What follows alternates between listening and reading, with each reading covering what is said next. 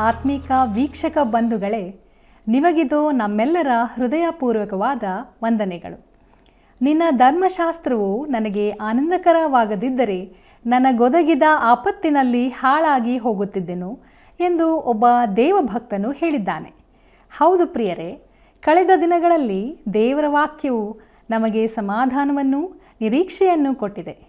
ಈ ಕೃಪಾಗಳಿಗೆಯಲ್ಲಿ ದೇವರ ವಾಕ್ಯ ಅಧ್ಯಯನಕ್ಕಾಗಿ ಆತನ ಪಾದದ ಬಳಿ ಕೂಡಿ ಇಂದು ನಾವು ನ್ಯಾಯಸ್ಥಾಪಕರು ಪುಸ್ತಕದ 3 ಮತ್ತು 4ನೇ ಅಧ್ಯಾಯದಲ್ಲಿ ಈ ಕೃಪಾಗಳಿಗೆಯಲ್ಲಿ ದೇವರ ವಾಕ್ಯ ಅಧ್ಯಯನಕ್ಕಾಗಿ ಆತನ ಪಾದದ ಬಳಿ ಕೂಡಿ ಇಂದು ನಾವು ನ್ಯಾಯಸ್ಥಾಪಕರು ಪುಸ್ತಕದ 3 ಮತ್ತು 4ನೇ ಅಧ್ಯಾಯದಲ್ಲಿ ಇಸ್ರಾಯೇಲ್ಯರ 1, 2 ಮತ್ತು 3ನೆಯ ವಚನ ಭ್ರಷ್ಟತೆ ಮತ್ತು ಅದರ ಪರಿಣಾಮವನ್ನು ಹಾಗೂ ಅವರ ಶತ್ರುಗಳು ಹೇಗೆ ಅವರಿಗೆ ಪಕ್ಕೆಯ ಮುಳ್ಳಾಗಿದ್ದರು ಎಂಬುದನ್ನು ಧ್ಯಾನ ಮಾಡಿ ಆತ್ಮದಲ್ಲಿ ಬಲ ಹೊಂದಿ ನಿರೀಕ್ಷೆಯ ಜೀವಿತದಲ್ಲಿ ಮುನ್ನಡೆಯೋಣ. ಕರ್ತನಲ್ಲಿ ಪ್ರಿಯರೇ, ನಮ್ಮ ರಕ್ಷಕನಾದ ಯೇಸು ಕ್ರಿಸ್ತನಿಗೆ ಸ್ತುತಿ ಸ್ತೋತ್ರಗಳನ್ನು ಸಲ್ಲಿಸುತ್ತಾ ನಿಮ್ಮನ್ನು ಇಂದಿನ ಕಾರ್ಯಕ್ರಮಕ್ಕೆ ಪ್ರೀತಿಯಿಂದ ಸ್ವಾಗತಿಸುತ್ತೇನೆ. ಪ್ರಿಯರೇ, ಇಂದು ನಾವು ನ್ಯಾಯಸ್ಥಾಪಕರ ಪುಸ್ತಕದ 3 ಮತ್ತು 4ನೇ ಅಧ್ಯಾಯಗಳನ್ನು ಧ್ಯಾನ ಮಾಡಿಕೊಳ್ಳೋಣ. 3ನೇ ಅಧ್ಯಾಯದ ಮುಖ್ಯ ಪ್ರಸ್ತಾಪವು 1ನೆಯ ಹಾಗೂ 2ನೆಯ ವಚನಭ್ರಷ್ಟತೆ, ಒತ್ನಿಯೇಲ್, ಯೆಹೂದ್ ಮತ್ತು ಶಮಗರ್ ಎಂಬ ನ್ಯಾಯಸ್ಥಾಪಕರ ಮೂಲಕ ದೇವರು ಇಸ್ರಾಯೇಲರನ್ನು ಪರಾಧೀನತೆಯ ಸಮಯದಿಂದ, ಅಂದರೆ ದಾಸತ್ವದಿಂದ ಬಿಡಿಸಿದ್ದು ಎಂಬುದಾಗಿದೆ. ಪ್ರಿಯ ದೇವಜನರೇ, ಇಸ್ರಾಯೇಲ್ಯರು ತಮ್ಮ ಮಧ್ಯದಲ್ಲಿ ವಾಸಿಸಿದ ಕಾನಾನ್ಯರ, ಹಿತ್ತಿಯರ, ಹಮೋರಿಯರ, ಪೆರಿಜ್ಯರ, ಹಿವಿಯರ ಹಾಗೂ ಯೆಬೂಸಿಯರ ಸಂಗಡ ಮದುವೆ ಮಾಡಿಕೊಳ್ಳುವುದರಲ್ಲಿಯೂ ತೆಗೆದುಕೊಳ್ಳುವುದರಲ್ಲಿಯೂ ತೊಡಗಿಸಿಕೊಂಡರು. ಇಸ್ರಾಯೇಲ್ಯರು ದ್ರೋಹವನ್ನು ಮಾಡಿ ದೇವರನ್ನು ಮರೆತು ಬಾಳನನ್ನು ಸೇವಿಸಿದರು. ಆಗ ದೇವರು ಅವರನ್ನು ದಾಸತ್ವಕ್ಕೆ ಒಪ್ಪಿಸಿಬಿಟ್ಟನು. ಪ್ರಿಯರೇ, 1ನೆಯ ನ್ಯಾಯಸ್ಥಾಪಕನಾದ ಒತ್ನಿಯೇಲನು ಅವರನ್ನು ಬಿಡಿಸುವುದಕ್ಕಾಗಿ ಎಬ್ಬಿಸಲ್ಪಟ್ಟನು. ಇವನು ಕಾಲೇಬನ ಸಹೋದರನ ಮಗನಾಗಿದ್ದು ಮತ್ತು ಕಾಲೇಬನ ಮಗಳನ್ನು ಮದುವೆ ಮಾಡಿಕೊಂಡಿರುವುದೇ ಇವನ ಅರ್ಹತೆಯಾಗಿತ್ತು. 2ನೇ ನ್ಯಾಯಸ್ಥಾಪಕನಾದ ಯೆಹೂದನು ಇಸ್ರಾಯೇಲ್ಯರನ್ನು ಎಗ್ಲೋನನ ಪರಾಧೀನತೆಯ ಸಮಯದಿಂದ ಬಿಡಿಸುವುದಕ್ಕಾಗಿ ಎಬ್ಬಿಸಲ್ಪಟ್ಟನು. ಇವನ ಎಡಗೈ ವ್ಯಕ್ತಿತ್ವವು ಇವನನ್ನು ರಾಜನ ಸನ್ನಿಧಿಗೆ ಈ ಬಾಯಿ ಕತ್ತಿಯನ್ನು ಬಚ್ಚಿಟ್ಟುಕೊಂಡು ಹೋಗುವಲ್ಲಿ ಅನುಕೂಲಿಸಿತು. ಶಮಗರನು 3ನೆಯ ನ್ಯಾಯಸ್ಥಾಪಕನಾಗಿದ್ದನು. ಇವನು ಎತ್ತಿನ ಮುಳ್ಳುಗೋಳನ್ನು ಉಪಯೋಗಿಸುವಲ್ಲಿ ನಿಪುಣನಾಗಿದ್ದನು. ಇಸ್ರಾಯೇಲ್ಯರನ್ನು ಫಿಲಿಷ್ಟಿಯರಿಂದ ಬಿಡಿಸಲು ಇವನು ಆ ಎತ್ತಿನ ಮುಳ್ಳುಗೋಳನ್ನೇ ಯುದ್ಧ ಸಾಧನವನ್ನಾಗಿ ಉಪಯೋಗಿಸಿದನು. ಕರ್ತನಲ್ಲಿ ಪ್ರಿಯರೇ, ಈ ಎಲ್ಲ ನ್ಯಾಯಸ್ಥಾಪಕರು ಕೆಲವು ದೋಷ, ನ್ಯೂನ್ಯತೆ ಅಥವಾ ಅಡ್ಡಗಟ್ಟುಗಳನ್ನು ಹೊಂದಿದ್ದರು. ಆದರೆ ದೇವರು ಅವುಗಳನ್ನು ಉಪಯೋಗಿಸಿದನು.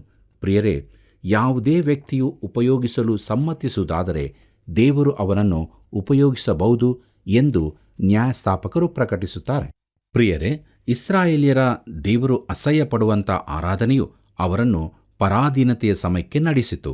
ನ್ಯಾಯಸ್ಥಾಪಕರು ಪುಸ್ತಕ 3ನೇ ಅಧ್ಯಾಯ ಮೊದಲಿನ 3 ವಚನಗಳಲ್ಲಿ ಹೀಗೆ ಬರೆದದೆ: ಕಾನಾನ್ಯರೊಡನೆ ನಡೆದ ಯುದ್ಧಗಳಲ್ಲಿ ಒಂದನ್ನೂ ನೋಡದೇ ಇದ್ದ ಇಸ್ರಾಯೇಲ್ಯರನ್ನು ಪರೀಕ್ಷಿಸುವುದಕ್ಕೂ ಇಸ್ರಾಯೇಲ್ ಸಂತತಿಯವರಲ್ಲಿ ಯುದ್ಧವಿದ್ಯೆಯನ್ನು ಅರಿಯದವರಿಗೆ ಅದನ್ನು ಕಲಿಸುವುದಕ್ಕೂ ಯೆಹೋವನು ಉಳಿಸಿದ ಜನಾಂಗಗಳು ಯಾರೆಂದರೆ 5 ಮಂದಿ ಫಿಲಿಷ್ಟಿಯ ಪ್ರಭುಗಳು, ಸರ್ವ ಕಾನಾನ್ಯರು, ಚೀದೋನ್ಯರು, ಲೆಬನೋನ್ ಪರ್ವತಾವಳಿಯಲ್ಲಿ ಬಾಳ್ ಹೆರ್ಮೋನ್ ಬೆಟ್ಟದಿಂದ ಹಾಮಾತಿನ ದಾರಿಯವರೆಗೆ ವಾಸವಾಗಿರುವ ಹಿವಿಯರು ಇವರೇ ಎಂಬುದಾಗಿ. ಪ್ರೀತಿಯುಳ್ಳ ದೇವಜನರೇ, ಇಸ್ರಾಯೇಲ್ಯರು ಕಾನಾನ್ಯರ, ಹಿತ್ತಿಯರ, ಅಮೋರಿಯರ, ಪೆರಿಜ್ಯರ, ಹಿವಿಯರ ಹಾಗೂ ಯೆಬೂಸಿಯರ ಸಂಗಡ ಮದುವೆ ಮಾಡಿಕೊಳ್ಳುವುದರಲ್ಲಿಯೂ ತೆಗೆದುಕೊಳ್ಳುವುದರಲ್ಲಿಯೂ ತಮ್ಮನ್ನು ತೊಡಗಿಸಿಕೊಂಡಿದ್ದರು ಎಂಬುದಾಗಿ ನಾವು ಕಂಡುಕೊಂಡೆವು. ಪ್ರಿಯರೇ, ದೇವರು ಅದನ್ನು ಕಡ್ಡಾಯವಾಗಿ ನಿಷೇಧಿಸಿದ್ದಾಗ್ಯೂ ಅವರು ತಮ್ಮ ಎಲ್ಲ ಕುಲಗಳಲ್ಲಿಯೂ ಮದುವೆ ಮಾಡಿಕೊಟ್ಟರು. ಓದಿಕೊಂಡ ವಾಕ್ಯ ಭಾಗದಲ್ಲಿ ಕಾಣಸಿಗುವ ಫಿಲಿಷ್ಟಿಯ 5 ಪ್ರಭುಗಳು ಮತ್ತು ಬೇರೆ ಜನರು ಇವರೆಲ್ಲರೂ ಇಸ್ರಾಯೇಲ್ಯರ ಶತ್ರುಗಳಾಗಿದ್ದರು. ಹಳೆ ಒಡಂಬಡಿಕೆಯಲ್ಲಿ ಮುಂದೆ ಓದುತ್ತಾ ಹೋಗುವಾಗ ಈ ಶತ್ರುಗಳು ಮತ್ತೆ ಮತ್ತೆ ಪ್ರತ್ಯಕ್ಷವಾಗುವುದನ್ನು ನಾವು ಕಾಣುವರಾಗಿದ್ದೇವೆ. ಪ್ರಿಯರೇ, ಆ ಶತ್ರುಗಳು ನಿಶ್ಚಯವಾಗಿಯೂ ಇಸ್ರಾಯೇಲ್ಯರ ಪಕ್ಕೆಯಲ್ಲಿ ಮುಳ್ಳಾಗಿದ್ದರು.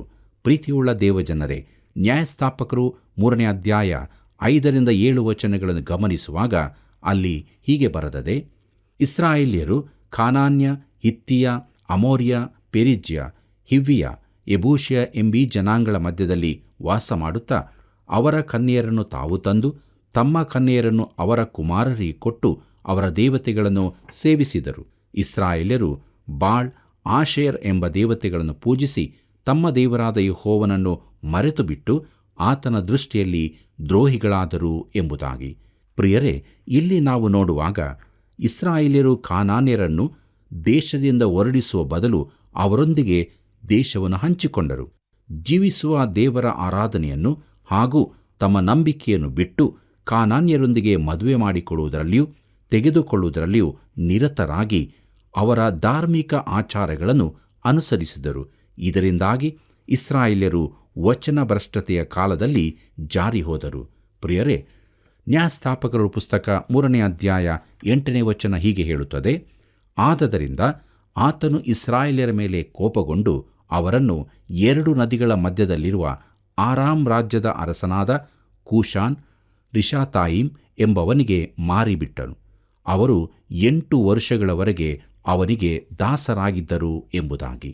ಪ್ರೀತಿಯುಳ್ಳ ದೇವಜನರೇ, ನೋಡಿರಿ, ಇಸ್ರಾಯೇಲ್ಯರು ಮಾಡಿದ ದೇವರು ಅಸಹ್ಯಪಡುವ ಆರಾಧನೆಯು ದಂಡನೆಯಲ್ಲಿ ಪರಿಣಮಿಸಿತು. ದೇವರು ಅವರನ್ನು 8 ವರ್ಷಗಳ ಕಾಲ ದಾಸತ್ವಕ್ಕೆ ಒಪ್ಪಿಸಿದನು. ಅವರು ತಿರುಗಿ ದೇವರನ್ನು ಸಹಾಯಕ್ಕಾಗಿ ಕೂಗಿಕೊಳ್ಳುವಷ್ಟರ ಮಟ್ಟಿಗೆ ಅವರು ಪೀಡಿಸಲ್ಪಟ್ಟರು. ಮುಂದಕ್ಕೆ ನಾವು ನೋಡುತ್ತೇವೆ, ಮೊದಲನೆಯ ನ್ಯಾಯಸ್ಥಾಪಕನಾದ ಒತ್ನೀಯೇಲನು. ಪ್ರಿಯರೇ, ನ್ಯಾಯಸ್ಥಾಪಕರು 3ನೇ ಅಧ್ಯಾಯ 9ನೇ ವಚನದಲ್ಲಿ ಹೀಗೆ ಬರೆದದೆ: ಇಸ್ರಾಯೇಲ್ಯರು ಯೆಹೋವನಿಗೆ ಮೊರೆಯಿಟ್ಟಾಗ ಆತನು ಅವರನ್ನು ಬಿಡಿಸುವುದಕ್ಕೋಸ್ಕರ ರಕ್ಷಕನನ್ನು ಎಬ್ಬಿಸಿದನು. ಕಾಲೇಬನ ತಮ್ಮನು ಕೆನಜನ ಮಗನೂ ಆದ ಒತ್ನೀಯೇಲನೇ ಆ ರಕ್ಷಕನು ಎಂಬುದಾಗಿ. ಪ್ರೀತಿಯುಳ್ಳ ಸಹೋದರ ಸಹೋದರಿಯರೇ, ದೇವರು ಎಂಥ ಕೃಪಾಪೂರ್ಣನೂ ದಯೆಯುಳ್ಳವನೂ ಆಗಿದ್ದಾನೆ ನೋಡಿರಿ. ಇಸ್ರಾಯೇಲ್ಯರು ಬಿಡುಗಡೆಗಾಗಿ ಆತನಲ್ಲಿ ಮೊರೆಯಿಡುವಾಗ ಆತನು ಒತ್ನೀಯೇಲನನ್ನು ಅವರ ಮೊದಲ ನ್ಯಾಯಸ್ಥಾಪಕನನ್ನಾಗಿ ಎಬ್ಬಿಸಿದನು. ದೇವರಿಗೆ ಮಹಿಮೆಯಾಗಲಿ. ನ್ಯಾಯಸ್ಥಾಪಕರ ಪುಸ್ತಕ 3ನೇ ಅಧ್ಯಾಯ 10 ಮತ್ತು 11ನೇ ವಚನವನ್ನು ಗಮನಿಸೋಣ. ಅಲ್ಲಿ ಹೀಗೆ ನೋಡುತ್ತೇವೆ: ಯೆಹೋವನ ಆತ್ಮವು ಅವನ ಮೇಲೆ ಬಂದದರಿಂದ ಅವನು ಇಸ್ರಾಯೇಲ್ಯರ ನ್ಯಾಯಸ್ಥಾಪನೆಗೋಸ್ಕರ ಯುದ್ಧಕ್ಕೆ ಹೊರಟನು. ಯೆಹೋವನು 2 ನದಿಗಳ ಮಧ್ಯದಲ್ಲಿರುವ ಆರಾಮ್ ರಾಜ್ಯದ ಅರಸನಾದ ಕೂಷಾನ್ ಇಷಾತಾಯಿಮನನ್ನು ಅವನ ಕೈಗೆ ಒಪ್ಪಿಸಿಕೊಟ್ಟದರಿಂದ ಅವನು ಅವರನ್ನು ಪೂರ್ಣವಾಗಿ ಸೋಲಿಸಿಬಿಟ್ಟನು. ದೇಶದಲ್ಲಿ 40 ವರ್ಷಗಳ ಪರ್ಯಂತರ ಸಮಾಧಾನವಿತ್ತು. ತರುವಾಯ ಕೆನಜನ ಮಗನಾದ ಒತ್ನೀಯೇಲನು ಮರಣ ಹೊಂದಿದನು ಎಂಬುದೇ. ಪ್ರೀತಿಯುಳ್ಳ ದೇವಜನರೇ, ಒತ್ನೀಯೇಲನು ಮೊದಲನೆಯ ನ್ಯಾಯಸ್ಥಾಪಕನಾಗಿದ್ದನು ಮತ್ತು ಒಳ್ಳೆಯ ನ್ಯಾಯಸ್ಥಾಪಕರುಗಳಲ್ಲಿ ಇವನೂ ಒಬ್ಬನಾಗಿದ್ದನು. ಇವನ ವಿರುದ್ಧ ಅಂಥ ಮಹಾಖಂಡನೆ ಏನೂ ದಾಖಲಿಸಲ್ಪಟ್ಟಿರುವುದಿಲ್ಲ. ಇವನು ತನ್ನ ಜನರನ್ನು ಕೂಷಾನ್ ರಿಷಾತಾಯಿಮನ ದಬ್ಬಾಳಿಕೆಯಿಂದ ಕಾಪಾಡಿದನು. ಆದರೆ ಒಂದು ವಿಷಯವೇನೆಂದರೆ, ಇವನು ತನ್ನೊಳಗೆ ಸಾಮರ್ಥ್ಯವುಳ್ಳವನಾಗಿರಲಿಲ್ಲ. ಇವನು ತನ್ನ ಅತ್ಯುತ್ತಮ ಸಾಮರ್ಥ್ಯದಿಂದೇನೂ ಇಸ್ರಾಯೇಲ್ಯರ ನಾಯಕನಾಗಲಿಲ್ಲ. ಆದರೆ ಇವನು ಕಾಲೇಬನ ಸಹೋದರನ ಮಗನೂ ಅವನ ಮಗಳನ್ನು ಮದುವೆ ಮಾಡಿಕೊಂಡವನೂ ಆಗಿದ್ದರಿಂದ ಆ ನಾಯಕನ ಸ್ಥಾನಕ್ಕೆ ಬಂದನು. ಹೀಗಿರುವಾಗ ದೇವರು ಇವನನ್ನು ಉಪಯೋಗಿಸಿದನು. ಪ್ರೀತಿಯುಳ್ಳ ದೇವಜನರೇ, ದೇವರು ಯಾವ ರೀತಿಯ ಮನುಷ್ಯರನ್ನು ಉಪಯೋಗಿಸುತ್ತಾನೆ ಎಂಬುದನ್ನು ನೋಡುವಾಗ ಅದು ಆಶ್ಚರ್ಯಕರವಾಗಿರುತ್ತದೆ. ಒಂದು ವೇಳೆ ಇದೇ ಕಾರಣಕ್ಕಾಗಿ ಆತನು ನನ್ನನ್ನು ನಿಮ್ಮನ್ನು ಉಪಯೋಗಿಸಬಹುದು. ಪ್ರಿಯರೇ, ಈ ಪುಸ್ತಕವು ನಿಶ್ಚಯವಾಗಿ ನಮ್ಮನ್ನು ಉತ್ತೇಜಿಸಬೇಕು. ಕರ್ತನಲ್ಲಿ ಪ್ರಿಯರೇ, ಈ ಎಲ್ಲ ನ್ಯಾಯಸ್ಥಾಪಕರು ಕೇವಲ ಚಿಕ್ಕ ಮನುಷ್ಯರಾಗಿದ್ದರು. ಅವರೇನು ತಮ್ಮ ಗುಂಪಿನಲ್ಲಿ ದೊಡ್ಡವರಾಗಿರಲಿಲ್ಲ. ಈ ವ್ಯಕ್ತಿಗಳು ದೇವರಿಂದ ಉಪಯೋಗಿಸಲ್ಪಟ್ಟ ಕಾರಣವನ್ನು ಒಂದು ವೇಳೆ ನಾನು ಹೇಳಬೇಕೆಂದರೆ ಅವರು ವಿಲಕ್ಷಣದ ಅಥವಾ ವ್ಯತ್ಯಾಸದ ವ್ಯಕ್ತಿಗಳಾಗಿದ್ದರು. ಅವರ ವಿಲಕ್ಷಣವೇ ದೇವರು ಅವರನ್ನು ಉಪಯೋಗಿಸಿಕೊಳ್ಳುವುದಕ್ಕೆ ಆಸ್ಪದವಾಯಿತು. ನೋಡಿರಿ, ಒತ್ನೀಯೇಲನ ಜೀವನ ಚರಿತ್ರೆಯನ್ನು ನೋಡುವುದಾದರೆ ಅವನು ಕಾಲೇಬನ ತಮ್ಮನೂ ಕೆನಜನ ಮಗನೂ ಆಗಿದ್ದನು. ಯೆಹೋವನ ಆತ್ಮವು ಅವನ ಮೇಲೆ ಬಂದದರಿಂದ ಅವನು ಇಸ್ರಾಯೇಲ್ಯರನ್ನು ದಬ್ಬಾಳಿಕೆಯಿಂದ ಬಿಡಿಸಿದನು. ನಂತರ ಅವನು ಮರಣ ಹೊಂದಿದನು. ಪ್ರಿಯರೇ, ಕೆಲವು ವಾಕ್ಯಗಳಲ್ಲಿ ಈ ವ್ಯಕ್ತಿಯ ಜೀವಿತ ಹಾಗೂ ಮರಣವನ್ನು ನೋಡುತ್ತೇವೆ. ಅವನ ಹಿಂದೆ ಒಂದು ಗುಂಪು ಇದ್ದಿರಬಹುದು, ಆದರೆ ಅವನ ಜೀವಿತಕ್ಕೆ ಸಂಬಂಧಪಟ್ಟಂತೆ ಯಾವ ಮೋಹಕ ಲಾವಣ್ಯವಾಗಲಿ ಆಕರ್ಷಣೆಯಾಗಲಿ ಇರಲಿಲ್ಲ. ಹೌದು ಪ್ರಿಯರೇ, ಅನೇಕರ ಜೀವನ ಚರಿತ್ರೆಗಳು ಹೆಚ್ಚು ಕಡಿಮೆ ಹೀಗೇ ಇರುತ್ತವೆ. ಪ್ರೀತಿಯುಳ್ಳ ಸಹೋದರ ಸಹೋದರಿಯರೇ, ಒತ್ನೀಯೇಲನು ಒಬ್ಬ ಸಾಧಾರಣ ಮನುಷ್ಯನಾಗಿದ್ದನು. ಆದರೆ ದೇವರು ಅವನ ಸಾಧಾರಣ ಜೀವಿತದ ಮೇಲೆ ಬಂದು ಅದನ್ನು ಮಹತ್ವದ್ದಾಗಿ ಮಾಡಿದನು. ದೇವರಿಗೆ ಮಹಿಮೆಯಾಗಲಿ. ದೇವರು ನಮ್ಮ ಸಾಧಾರಣ ಜೀವಿತಗಳನ್ನು ಮುಟ್ಟಿ ಅವುಗಳನ್ನು ಮಹತ್ವದ್ದಾಗಿ ಮಾಡಲು ಶಕ್ತನಾಗಿದ್ದಾನೆ. ಮುಂದಕ್ಕೆ ನಾವು ನೋಡಲಿದ್ದೇವೆ ಎರಡನೆಯ ನ್ಯಾಯಸ್ಥಾಪಕನಾದ ಯೆಹೂದನು ಎಂಬುದಾಗಿ. ನ್ಯಾಯಸ್ಥಾಪಕರು 3ನೇ ಅಧ್ಯಾಯ 12ನೇ ವಚನ ಹೀಗೆ ಹೇಳುತ್ತದೆ: ಇಸ್ರಾಯೇಲ್ಯರು ತಿರುಗಿ ಯೆಹೋವನ ದೃಷ್ಟಿಯಲ್ಲಿ ದ್ರೋಹಿಗಳಾದರು. ಆತನು ಅವರ ದ್ರೋಹದ ನಿಮಿತ್ತ ಮೋವಾಬ್ಯರ ಅರಸನಾದ ಎಗ್ಲೋನನನ್ನು ಅವರಿಗೆ ವಿರೋಧವಾಗಿ ಬಲಪಡಿಸಿದನು ಎಂಬುದಾಗಿ. ಕರ್ತನಲ್ಲಿ ಪ್ರಿಯರೇ, ನೋಡಿರಿ, ಇಲ್ಲಿ ಪುನಃ ಕಾಲಚಕ್ರವು ಇತಿಹಾಸದಲ್ಲಿ ಕೆಳಗೆ ಉರುಳುತ್ತಿರುವುದನ್ನು ನೋಡುತ್ತೇವೆ. ಇಸ್ರಾಯೇಲ್ಯರು ಸ್ವಲ್ಪ ಕಾಲ ದೇವರನ್ನು ಸೇವಿಸಿದರು. ಆನಂತರ ತಮ್ಮ ಬೆನ್ನುಗಳನ್ನು ಆತನ ಕಡೆಗೆ ತಿರುಗಿಸಿ ಆತನ ದೃಷ್ಟಿಯಲ್ಲಿ ದ್ರೋಹವನ್ನು ಮಾಡಿದನು. ಮುಂದಕ್ಕೆ ನಾವು ನೋಡಲಿದ್ದೇವೆ ನ್ಯಾಯಸ್ಥಾಪಕರು 3ನೇ ಅಧ್ಯಾಯ 13ನೇ ವಚನವನ್ನು. ಅಲ್ಲಿ ಹೀಗೆ ಬರೆದದೆ: ಇವನು ಅಮ್ಮೋನಿಯರನ್ನು ಅಮಲೇಕ್ಯರನ್ನು ಕೂಡಿಸಿಕೊಂಡು ಹೊರಟು ಬಂದು ಇಸ್ರಾಯೇಲ್ಯರನ್ನು ಸೋಲಿಸಿ ಖರ್ಜೂರ ನಗರವನ್ನು ಹಿಡಿದನು ಎಂಬುದಾಗಿ. ಪ್ರಿಯರೇ, ಇಸ್ರಾಯೇಲ್ಯರು ದೇವರ ಚಿತ್ತಕ್ಕೆ ವಿರುದ್ಧವಾಗಿ ನಡೆದುಕೊಂಡಾಗ ಆತನು ಅವರನ್ನು ದಾಸತ್ವಕ್ಕೆ ಒಪ್ಪಿಸಿದನು. ನಂತರ ಮುಂದೇನಾಯಿತು ನೋಡೋಣ.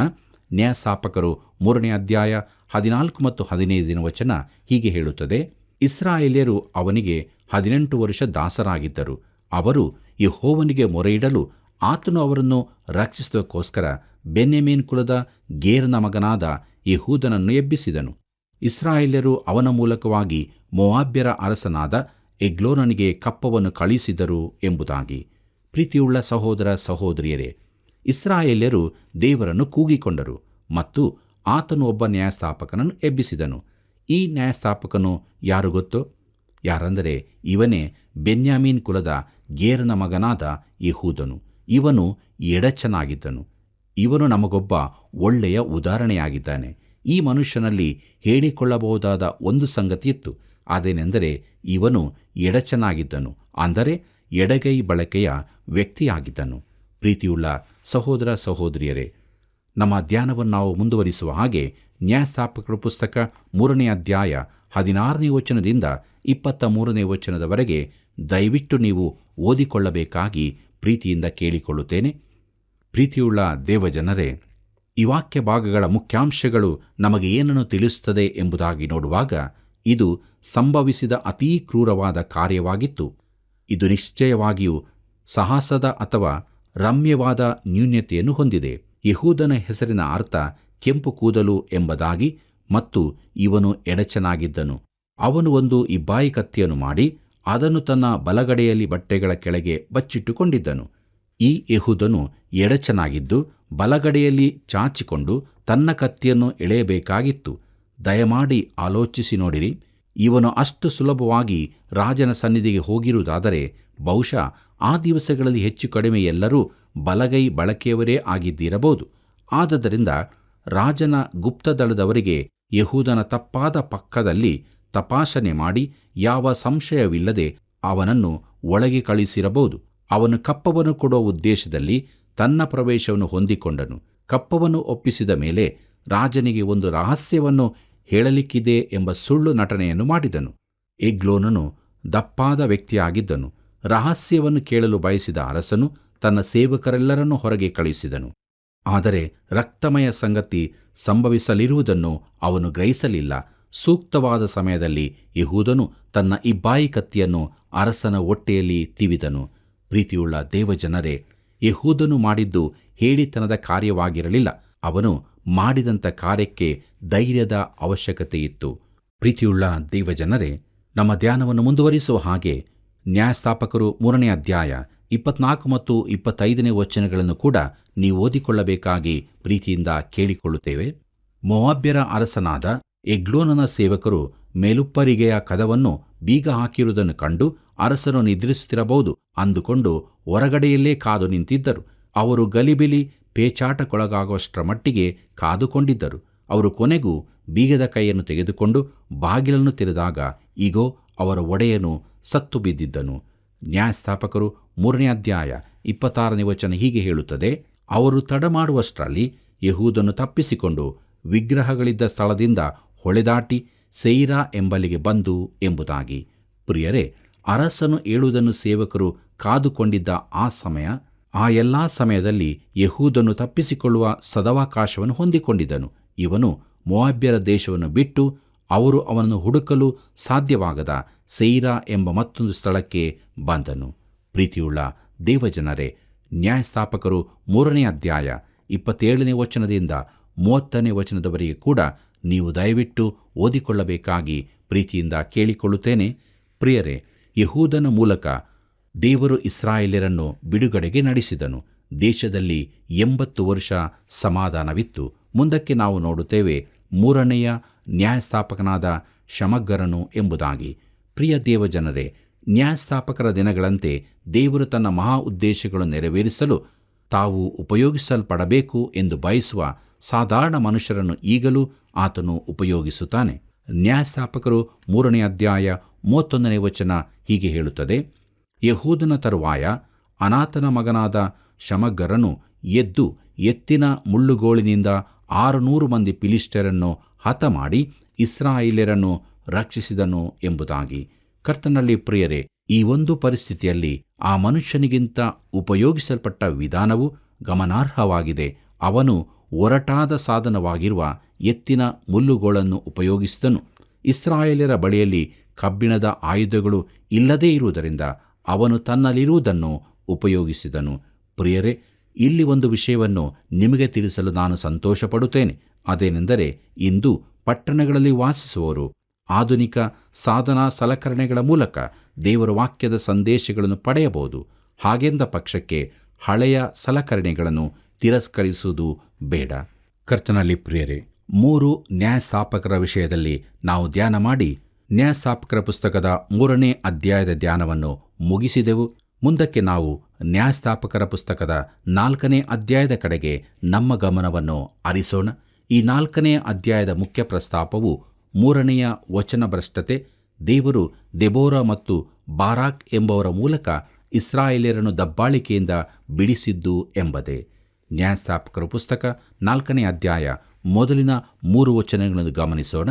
ಅಲ್ಲಿ ಹೀಗೆ ಬರೆದದೆ: ಯೆಹೂದನು ಮರಣ ಹೊಂದಿದ ನಂತರ ಇಸ್ರಾಯೇಲ್ಯರು ತಿರುಗಿ ಯೆಹೋವನ ದೃಷ್ಟಿಯಲ್ಲಿ ದ್ರೋಹಿಗಳಾದ್ದರಿಂದ ಆತನು ಅವರನ್ನು ಆಚೋರಿನಲ್ಲಿ ಆಳುತ್ತಿದ್ದ ಕಾನಾನ್ಯ ರಾಜನಾದ ಯಬೀಹನಿಗೆ ಮಾರಿಬಿಟ್ಟನು. ಮಿಚ್ಲಫರ ಹರೋಷೇತ್ ಎಂಬ ಪಟ್ಟಣದಲ್ಲಿ ವಾಸವಾಗಿದ್ದ ಶೀಷೇರನು ಅವನ ಸೇನಾಧಿಪತಿಯಾಗಿದ್ದನು. 900 ಕಬ್ಬಿಣದ ರಥಗಳುಳ್ಳ ಇವನು ಇಸ್ರಾಯೇಲ್ಯರನ್ನು 20 ವರ್ಷಗಳ ತನಕ ಬಲವಾಗಿ ಬಾಧಿಸುತ್ತಿರಲು ಅವರು ಯೆಹೋವನಿಗೆ ಮೊರೆಯಿಟ್ಟರು ಎಂಬುದಾಗಿ. ಪ್ರೀತಿಯುಳ್ಳ ದೇವಜನರೇ, ಯೆಹೂದನ ಮರಣದ ನಂತರ ಇಸ್ರಾಯೇಲ್ಯರು ಪುನಃ ದೇವರು ಅಸಹ್ಯಪಡುವ ಆರಾಧನೆಯ ಕಡೆಗೆ ತಿರುಗಿದರು ಮತ್ತು ದಬ್ಬಾಳಿಕೆಯ ಹೊಸ ಕಾಲವು ಪ್ರಾರಂಭವಾಯಿತು. ದೇವರು ಇಸ್ರಾಯೇಲ್ಯರನ್ನು ಕಾನಾನ್ಯ ರಾಜನಾದ ಯಬೀನನಿಗೆ ಮಾರಿಬಿಟ್ಟನು. ಅವನ ಸೇನಾಪತಿಯಾದ ಸೀಸೇರನು 900 ಕಬ್ಬಿಣದ ರಥವುಳ್ಳವನಾಗಿದ್ದನು. ಈ ರಥಗಳು ಯಾವ ಆಯುಧಗಳಿಲ್ಲದ ಇಸ್ರಾಯೇಲ್ಯರನ್ನು ಬಹಳ ಭಯಪಡಿಸುತ್ತಿದ್ದವು. 20 ವರ್ಷಗಳ ಕಾಲ ಯಾಬೀನನು ಇಸ್ರಾಯೇಲ್ಯರನ್ನು ಬಲವಾಗಿ ಬಾಧಿಸಿದನು. ಮುಂದಕ್ಕೆ ನ್ಯಾಯಸ್ಥಾಪಕರು 4ನೇ ಅಧ್ಯಾಯ 4 ಮತ್ತು 5ನೇ ವಚನಗಳನ್ನು ಗಮನಿಸೋಣ. ಅಲ್ಲಿ ಹೀಗೆ ನೋಡುತ್ತೇವೆ: ಆ ಕಾಲದಲ್ಲಿ ಲಪ್ಪೀದೋತನ ಹೆಂಡತಿಯಾದ ದೆಬೋರಳೆಂಬ ಪ್ರವಾದಿನಿಯು ಇಸ್ರಾಯೇಲ್ಯರಲ್ಲಿ ನ್ಯಾಯ ತೀರಿಸುತ್ತಿದ್ದಳು. ಆಕೆಯು ಎಫ್ರಾಯಿಂ ಬೆಟ್ಟದ ಸೀಮೆಯಲ್ಲಿ ರಾಮಕ್ಕೂ ಬೇತೇಲಿಗೂ ಮಧ್ಯದಲ್ಲಿರುವ ದೆಬೋರಳ ಖರ್ಜೂರ ವೃಕ್ಷವೆಂಬ ಹೆಸರುಗೊಂಡ ಮರದ ಕೆಳಗೆ ಆಸೀನನಾಗಿರುವಲ್ಲಿ ಇಸ್ರಾಯೇಲ್ಯರು ನ್ಯಾಯ ನಿರ್ಣಯಕ್ಕೋಸ್ಕರ ಆಕೆಯ ಬಳಿಗೆ ಬರುತ್ತಿದ್ದರು ಎಂಬುದಾಗಿ. ಕರ್ತನಲ್ಲಿ ಪ್ರಿಯರೇ, ಇಲ್ಲಿ ಪ್ರವಾದಿನಿಯು ನ್ಯಾಯ ತೀರಿಸುವವಳು ಎಂಬುದಾಗಿ ವರ್ಣಿಸಲ್ಪಟ್ಟಿರುವ ಒಬ್ಬ ತಾಯಿಯನ್ನು ಇಸ್ರಾಯೇಲರೊಳಗೆ ನಾವು ಕಾಣುತ್ತೇವೆ. ಇವಳೇ ದೆಬೋರಳು. ಇವಳು ಲಪ್ಪೀದೋತನ ಹೆಂಡತಿ ಎಂಬುದಾಗಿಯೂ ಹೇಳಲ್ಪಟ್ಟಿಯದೆ. ಇವಳು ನಿಜವಾಗಿಯೂ ಒಬ್ಬ ಸಮಗ್ರವಾದ ಸ್ತ್ರೀ ಆಗಿದ್ದಳು. ಇಸ್ರಾಯೇಲರಿಗೆ ನ್ಯಾಯ ತೀರಿಸಲು ದೇವರಿಂದ ಎಬ್ಬಿಸಲ್ಪಟ್ಟವಳಾಗಿದ್ದಳು ಮತ್ತು ಸೇನಾಪತಿಯನ್ನು ಕಳುಹಿಸಿ ಕಾರ್ಯನಿರತನಾಗುವಂತೆ ಸೂಚಿಸಿದಳು. ನ್ಯಾಯಸ್ಥಾಪಕರು 4ನೇ ಅಧ್ಯಾಯ 6ರಿಂದ 8 ವಚನಗಳನ್ನು ಗಮನಿಸೋಣ. ಅಲ್ಲಿ ಹೀಗೆ ಬರೆದದೆ: ಆಕೆಯು ನಫ್ತಾಲಿ ದೇಶದ ಕೇದೇಶ್ ಊರಿನಲ್ಲಿದ್ದ ಅಹೀನೋವಮನ ಮಗನಾದ ಬಾರಾಕನನ್ನು ಕರೆಕಳಿಸಿ ಅವನಿಗೆ, ನಿಶ್ಚಯವಾಗಿ ಇಸ್ರಾಯೇಲ್ ದೇವರಾದ ಯೆಹೋವನು ನಿನಗೆ, ಎದ್ದು ನಫ್ತಾಲಿ ಜೆಬುಲೋನ್ ಕುಲಗಳಿಂದ 10,000 ಜನರನ್ನು ಕೂಡಿಸಿಕೊಂಡು ತಾಬೋರ್ ಬೆಟ್ಟಕ್ಕೆ ಹೋಗು. ನಾನು ಯಾಬೀನನ ಸೇನಾಪತಿಯಾದ ಸೀಸೇರನನ್ನು ಅವನ ಸೈನ್ಯ ರಥಗಳನ್ನು ನಿನ್ನ ಬಳಿಗೆ ಕಿಶೋನ್ ಹಳ್ಳಕ್ಕೆ ಎಳೆದುಕೊಂಡು ಬಂದು ನಿನ್ನ ಕೈಗೆ ಒಪ್ಪಿಸುವೆನು ಎಂದು ಆಜ್ಞಾಪಿಸಿದ್ದಾನೆ ಅಂದಳು. ಬಾರಾಕನು ಆಕೆಗೆ, ನೀನು ನನ್ನ ಸಂಗಡ ಬರುವುದಾದರೆ ಹೋಗುವೆನು, ಇಲ್ಲವಾದರೆ ಹೋಗುವುದಿಲ್ಲ ಅನ್ನಲು ಎಂಬುದಾಗಿ. ಕರ್ತನಲ್ಲಿ ಪ್ರಿಯರೇ, ಒಂದು ವೇಳೆ ಒಬ್ಬ ಅಂಜುಬುರಕ ಸೇನಾಪತಿ ಇದ್ದಾನೆ ಎಂಬುದಾಗಿ ಹೇಳುವುದಾದರೆ ಅವನೇ ಬಾರಾಕನು. ಘೋರ ಯುದ್ಧದ ಸ್ಥಳದಲ್ಲಿರಬೇಕಾದವನು ಇಲ್ಲಿ ಒಬ್ಬ ಸ್ತ್ರೀಯ ಹಿಂದೆ ಅಡಗಿಕೊಂಡಿದ್ದಾನೆ. ದೆಬೋರಳು ಅವನೊಂದಿಗೆ ಹೋಗದಿದ್ದರೆ ಅವನು ಯುದ್ಧಕ್ಕೆ ಹೋಗಲು ಸಿದ್ಧನಿಲ್ಲ, ಹೋಗುವುದೂ ಇಲ್ಲ. ಈ ಪ್ರವಾದಿನಿ ಅವನೊಂದಿಗೆ ಹೋದರೆ ತಾನು ಯುದ್ಧದಲ್ಲಿ ಗೆಲ್ಲುವನು ಎಂಬುದು ಅವನ ಅನಿಸಿಕೆಯಾಗಿತ್ತು. ಅದಕ್ಕೆ ಅಂದು ಆ ದಿವಸದಲ್ಲಿ ದೇವರು ಒಬ್ಬ ಸ್ತ್ರೀಯನ್ನು ಉಪಯೋಗಿಸಬೇಕಾಗಿರುವುದರಲ್ಲಿ ಯಾವ ಆಶ್ಚರ್ಯವಿರಲಿಲ್ಲ. ಕರ್ತನಲ್ಲಿ ಪ್ರಿಯರೇ, ನ್ಯಾಯಸ್ಥಾಪಕರು 4ನೇ ಅಧ್ಯಾಯ 9ನೇ ವಚನ ಹೀಗೆ ಹೇಳುತ್ತದೆ, ಆಕೆಯು, ನಾನು ಹೇಗೋ ನಿನ್ನ ಸಂಗಡ ಬರುವೆನು, ಆದರೆ ಈ ಯುದ್ಧ ಪ್ರಯಾಣದಲ್ಲುಂಟಾಗುವ ಮಾನವು ನಿನಗಲ್ಲ, ಯೆಹೋವನು ಸೀಸೇರನನ್ನು ಒಬ್ಬ ಸ್ತ್ರೀಗೆ ಒಪ್ಪಿಸಿಕೊಡುವನು ಎಂದು ಹೇಳಿ ಎದ್ದು ಬಾರಾಕನೊಂದಿಗೆ ಕೇದೇಶಿಗೆ ಹೋದಳು ಎಂಬುದು. ಪ್ರಿಯರೇ, ದೆಬೋರಳು ಬಾರಾಕನೊಂದಿಗೆ ಹೋಗುವುದಾಗಿ ಮಾತು ಕೊಟ್ಟಳು, ಆದರೆ ಒಬ್ಬ ಸ್ತ್ರೀಯು ಆ ಯುದ್ಧದ ವೀರನಾರಿಯಾಗಿರೋಳು ಎಂದು ಹೇಳಿದಳು. ನ್ಯಾಯಸ್ಥಾಪಕರು 4ನೇ ಅಧ್ಯಾಯ 16ನೇ ವಚನವನ್ನು ಗಮನಿಸೋಣ. ಅಲ್ಲಿ ಹೀಗೆ ಬರೆದದೆ, ಬಾರಾಕನು ಅವನ ಸೈನ್ಯ ರಥಗಳನ್ನು ಮ್ಲೇಲ್ಚರ ಅರೋಷೇತಿನವರೆಗೂ ಹಿಂದಟ್ಟಿದನು. ಸೀಸೇರನ ಸೈನ್ಯದವರೆಲ್ಲ ಕತ್ತಿಯಿಂದ ಹತರಾದರೂ ಒಬ್ಬನೂ ಉಳಿಯಲಿಲ್ಲ ಎಂಬುದಾಗಿ. ಕರ್ತನಲ್ಲಿ ಪ್ರಿಯರೇ, ಬಾರಾಕನ ಸೈನ್ಯದವರು ಸೀಸೇರನ ಸೈನ್ಯದವರನ್ನು ನಿರ್ನಾಮ ಮಾಡಿದರು. ನ್ಯಾಯಸ್ಥಾಪಕರು 4ನೇ ಅಧ್ಯಾಯ 17ನೇ ವಚನವನ್ನು ಗಮನಿಸೋಣ. ಅಲ್ಲಿ ಹೀಗೆ ನೋಡುತ್ತೇವೆ, ಆಚೋರಿನ ಅರಸನಾದ ಯಾಬೀನನಿಗೂ ಕೇನ್ಯನಾದ ಹೆಬೇರನ ಮನೆಯವರಿಗೂ ಸಮಾಧಾನವಿದ್ದರಿಂದ ಸೀಸೇರನು ಕಾಲುನಡಿಗೆಯಾಗಿ ಕೇನ್ಯನಾದ ಹೆಬೇರನ ಹೆಂಡತಿಯಾದ ಯಾಯೇಳಳ ಗುಡಾರದ ಕಡೆಗೆ ಹೋದನು ಎಂಬುದಾಗಿ. ಪ್ರಿಯರೇ, ದಯಮಾಡಿ ಗಮನಿಸಿರಿ, ಯಾಯೇಳಳು ಅನ್ಯಳಾಗಿದ್ದಳು, ಆದರೆ ದೇವರು ತಾನು ದೆಬೋರಳ ಮುಖಾಂತರ ಹೇಳಿಸಿದಂಥ ಪ್ರವಾದನೆಯನ್ನು ಪೂರ್ತಿಗೊಳಿಸಲು ಆ ಅನ್ಯ ಸ್ತ್ರೀಯನ್ನು ಉಪಯೋಗಿಸಿದನು ಎಂಬುದಾಗಿ.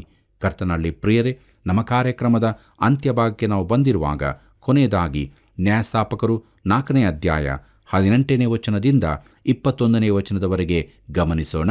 ಅಲ್ಲಿ ಹೀಗೆ ಬರೆದದೆ, ಯಾಯೇಳಳು ಹೊರಗೆ ಹೋಗಿ ಸೀಸೇರನನ್ನು ಎದುರುಗೊಂಡು ಅವನಿಗೆ, ಸ್ವಾಮಿ, ಒಳಗೆ ಬನ್ನಿರಿ, ಹೆದರಬೇಡಿರಿ, ನಮ್ಮಲ್ಲಿ ಬನ್ನಿರಿ ಅನ್ನಲು ಅವನು ಗುಡಾರದೊಳಕ್ಕೆ ಹೋದನು. ಆಗ ಆಕೆಯು ಅವನನ್ನು ಕಂಬಳಿಯಿಂದ ಮುಚ್ಚಿದಳು. ಅವನು ಆಕೆಗೆ, ದಯವಿಟ್ಟು ಸ್ವಲ್ಪ ನೀರನ್ನು ಕೊಡು, ನನಗೆ ಬಹಳ ದಾಹವಾಗಿದೆ ಅಂದನು. ಆಕೆಯು ಬುದ್ದಲಿಯನ್ನು ಬಿಚ್ಚಿ ಹಾಲನ್ನು ಕುಡಿಯಕೊಟ್ಟು ಅವನನ್ನು ತಿರುಗಿ ಮುಚ್ಚಿದಳು.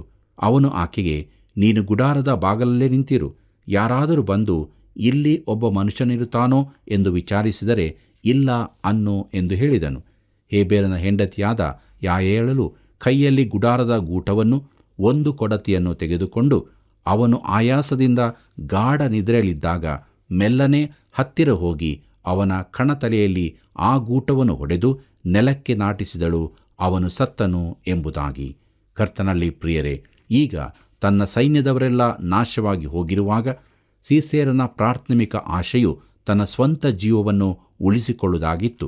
ಕಾನಾನ್ಯರು ಕೇನ್ಯರನ್ನು ತೊಂದರೆಪಡಿಸಿರಲಿಲ್ಲ ಎಂಬುದು ಸಹಜವಾಗಿ ಕಂಡುಬರುತ್ತದೆ. ಆದ್ದರಿಂದ ಸೀಸೇರನು ಈ ಜನರ ಮಧ್ಯದಲ್ಲಿ ತಾನು ಸುರಕ್ಷಿತನಾಗಿರುವನು ಎಂದು ನಂಬಿದ್ದನು. ಅವನು ಹೇಬೇರನ ಮನೆಗೆ ಹೋದನು ಮತ್ತು ಅವನ ಹೆಂಡತಿಯು ಆಯಾಸಗೊಂಡ ಆ ಸೈನಿಕನಿಗೆ ಅತಿಥಿ ಸತ್ಕಾರವನ್ನು ನೀಡಿದಳು. ಅವಳು ನಂಬತಕ್ಕವಳು ಎಂಬ ಹಂತಕ್ಕೆ ಅವನನ್ನು ನಡೆಸಿತು. ಅವನು ಗಾಢ ನಿದ್ರೆಯಲ್ಲಿದ್ದಾಗ ಯಾಯೇಳಳು 1 ಗುಡಾರದ ಗೂಟವನ್ನು ತೆಗೆದುಕೊಂಡು ಅವನ ಕಣತಲೆಯಲ್ಲಿ ಆ ಗೂಟವನ್ನು ಹೊಡೆದು ನೆಲಕ್ಕೆ ನಾಟಿಸಿದಳು, ಅವನನ್ನು ಇಲ್ಲದಂತೆ ಮಾಡಿದಳು. ಇದು ಇಸ್ರಾಯೇಲರಿಗೆ ಮಹಾ ಬಿಡುಗಡೆಯನ್ನು ತಂದುಕೊಟ್ಟಿತು. ಕರ್ತನಲ್ಲಿ ಪ್ರಿಯರೇ, ದೇವರು ತನ್ನ ವಾಕ್ಯದ ಮೂಲಕ ನಮ್ಮನ್ನು ಎಚ್ಚರಿಸುವುದು ಮಾತ್ರವಲ್ಲ, ಆತನು ನಮ್ಮನ್ನು ಉತ್ತೇಜಿಸಿದ್ದಾನೆ ಎಂದು ನಾನು ನಂಬುತ್ತೇನೆ. ಎಷ್ಟು ಸಾರಿ ನಮ್ಮನ್ನು ನಾವು ಕೀಳಭಾವದಿಂದ ನೋಡಿಕೊಂಡು ನಾನು ಯಾವ ಕೆಲಸಕ್ಕೂ ಬಾರದವನು, ನಾನು ಸರಿಯಿಲ್ಲ ಎಂಬುದಾಗಿ ಅಂದುಕೊಂಡಿದ್ದೇವೆ. ದಯಮಾಡಿ ಒಂದು ಕ್ಷಣ ನಮ್ಮನ್ನು ನಾವು ಪರೀಕ್ಷಿಸಿಕೊಳ್ಳೋಣ. ಪ್ರಿಯರೇ, ನಾವು ಧ್ಯಾನ ಮಾಡಿದ ಆ 3 ನ್ಯಾಯಸ್ಥಾಪಕರು ಎದ್ದು ಕಾಣುವ ವ್ಯಕ್ತಿತ್ವದವರಾಗಿರಲಿಲ್ಲ. ಒಬ್ಬೊಬ್ಬರು ವ್ಯತ್ಯಾಸದ ಗುಣಲಕ್ಷಣದವರಾಗಿದ್ದರು. ಆದರೆ ದೇವರು ಅವರ ವ್ಯತ್ಯಾಸದ ಗುಣಲಕ್ಷಣವನ್ನೇ ಉಪಯೋಗಿಸಿ ತನ್ನ ಉದ್ದೇಶಗಳನ್ನು ಪೂರ್ತಿಗೊಳಿಸಿದನು. ಆ ನ್ಯಾಯಸ್ಥಾಪಕರನ್ನು ಉಪಯೋಗಿಸಿದಂಥ ಜೀವಿಸುವ ದೇವರು ನಮ್ಮನ್ನು ಉಪಯೋಗಿಸುವುದರಲ್ಲಿ ಯಾವ ಸಂದೇಹವಿಲ್ಲ. ಆದುದರಿಂದ ನಮ್ಮ ಚಿಂತಾಭಾರವನ್ನು ಆತನ ಮೇಲೆ ಹಾಕಿ ನಿಶ್ಚಿಂತರಾಗಿರೋಣ. ಆತನ ತ್ರಾಣವುಳ್ಳ ಹಸ್ತದ ಕೆಳಗೆ ನಮ್ಮನ್ನು ತಗ್ಗಿಸಿಕೊಳ್ಳುವಾಗ ತಕ್ಕ ಸಮಯದಲ್ಲಿ ಆತನು ನಮ್ಮನ್ನು ಉನ್ನತ ಸ್ಥಿತಿಗೇರಿಸುತ್ತಾನೆ. ಆ ನಿರೀಕ್ಷೆಯೊಂದಿಗೆ ಜೀವಿಸುತ್ತಾ ಆತನ ದಿವ್ಯಾಶೀರ್ವಾದಕ್ಕೆ ಪಾತ್ರರಾಗೋಣ. ಕರ್ತನ ಕೃಪೆಯು ಸದಾ ನಿಮ್ಮ ಸಂಗಡ ಇರಲಿ.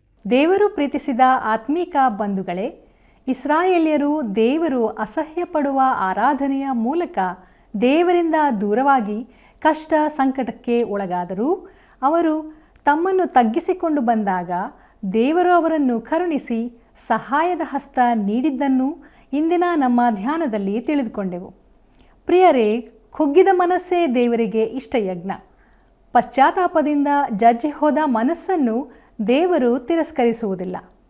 ಪ್ರಿಯರೇ, ಈ ಘಳಿಗೆಯಲ್ಲಿ ನೀವು ಯಾವುದೇ ಸ್ಥಿತಿಯಲ್ಲಿದ್ದರೂ ನಿಮ್ಮನ್ನು ತಗ್ಗಿಸಿಕೊಂಡು ದೇವರ ಬಳಿಗೆ ಬನ್ನಿರಿ. ಆಗ ಆತನು ನಿಮ್ಮ ಬಳಿಗೆ ಬರುತ್ತಾನೆ. ಆಗ ನೀವು ನಿಜವಾಗಿ ಬಿಡುಗಡೆ ಹೊಂದಿಕೊಳ್ಳುವಿರಿ. ಬನ್ನಿರಿ, ಪ್ರಾರ್ಥನೆ ಮಾಡೋಣ. ಪರಮ ಪ್ರೀತಿಯುಳ್ಳ ನಮ್ಮ ಕರ್ತನಾದ ದೇವರೇ, ನಮಗಾಗಿ ಕೊಟ್ಟಿರುವ ಈ ಸುಸಮಯಕ್ಕಾಗಿ ನಿನ್ನ ನಾಮಕ್ಕೆ ಸ್ತೋತ್ರ ಸಲ್ಲಿಸುತ್ತೇವೆ. ಈ ವಾಕ್ಯದ ಅಧ್ಯಯನದಲ್ಲಿ ದೀನತೆಯ ವಿಷಯವಾಗಿ ನಾವು ತಿಳಿದುಕೊಳ್ಳುವಂತೆ ಕೊಟ್ಟಂಥ ನಿನ್ನ ಕೃಪೆಗಾಗಿ ಸ್ತೋತ್ರ ಕರ್ತನೆ. ಈ ಕಾರ್ಯಕ್ರಮವನ್ನು ವೀಕ್ಷಿಸುತ್ತಿರುವವರನ್ನು ಆಶೀರ್ವದಿಸು ಕರ್ತನೆ. ಈ ಪ್ರಾರ್ಥನೆಯನ್ನು ಪರಿಶುದ್ಧವಾದ ಕ್ರಿಸ್ತ ಯೇಸುವಿನ ನಾಮದಲ್ಲಿ ಬೇಡಿ ಹೊಂದಿದ್ದೇವೆ ಕರ್ತನೆ, ಆಮೇನ್. ಪ್ರೀತಿಯುಳ್ಳ ಸ್ನೇಹಿತರೆ, ದೇವರಿಂದ ದೂರವಾಗಿ ನಿರಾಶೆಯ ಜೀವಿತಗಳ ರಕ್ಷಣೆಗಾಗಿ ಬಯಸುತ್ತಿರುವಿರಾ? ಹಾಗಾದರೆ ಯಾಕೆ ಇನ್ನೂ ಆಲೋಚಿಸುತ್ತಿರುವಿರಿ? ಈಗಲೇ ನಮಗೊಂದು ಕರೆ ಮಾಡಿರಿ. ಅನೇಕರ ಬಳಿಗೆ ಬೆಳಕನ್ನು ನೀಡಲು ಈ ಕಾರ್ಯಕ್ರಮವನ್ನು ಪ್ರೋತ್ಸಾಹಿಸಿರಿ. ಮತ್ತೊಮ್ಮೆ ಭೇಟಿಯಾಗೋಣ. ವಂದನೆಗಳು.